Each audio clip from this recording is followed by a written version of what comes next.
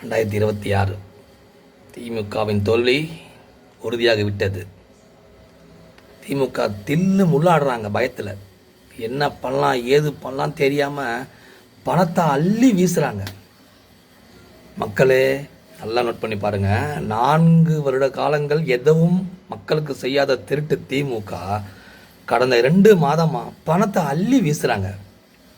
எதுக்கு வீசணும்? நீங்கள் தான் இவ்வளோ திட்டம் கொடுத்துருக்கீங்களா, ஏன் பணத்தை போடுறீங்க? ஏன் மக்கள் இவ்வளோ பணத்தை வாரி இறக்கிறீங்க? காரணம் தோல்வி பயம்.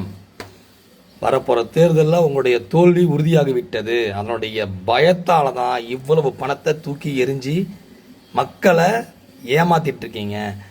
திமுக எவ்வளவு பணம் கொடுத்தாலும் அதை நம்ப மக்கள் தயாராக இல்லை. ஏற்கனவே மக்கள் ரெடி ஆகிட்டாங்க. எப்போ திமுகவை வீட்டுக்கு அனுப்பலாம், எப்போ எலெக்ஷன் வரும், ஐயா எடப்பாடியாரை ஆட்சியில் அமர வைக்கணும்னு மக்கள் முடிவு பண்ணிட்டாங்க. நீங்கள் உங்கள் பணத்துக்கெல்லாம் மக்கள் அடிபணிஞ்சு போக மாட்டாங்க, ஏமாற மாட்டாங்க. தயவு செய்து சொல்கிற மக்களே, இவங்க இத்தனை வருடம் எந்த ஒரு மக்கள் பணியும் செய்யாமல் கடந்த 2 மாதமாக செவிலியர்கள் உதவித்தொகை, ஊக்கத்தொகை, வெயிலுக்கு ஒரு அமௌண்ட்டு, என்னையா கதை கட்டுறீங்க?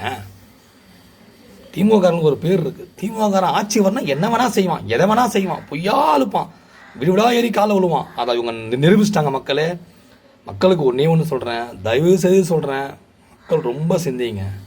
கொஞ்சம் ஏமாந்தீங்க, உங்கள் வாழ்க்கையே நாசமாக போயிடும். வீட்டில் பெண் பிள்ளையை வளர்க்க முடியாது, ஆண் பிள்ளை வாழ்க்கையே வீணாக போயிடும்.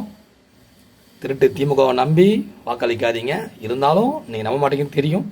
இருந்தாலும் நம்பி வாக்களித்தா அனைத்து சுதந்திரமும் பறி போயிடும். மக்களே, வாக்களிப்பில் இரட்டை இலக்கே வாழ்க்கையை சீராக்கவும்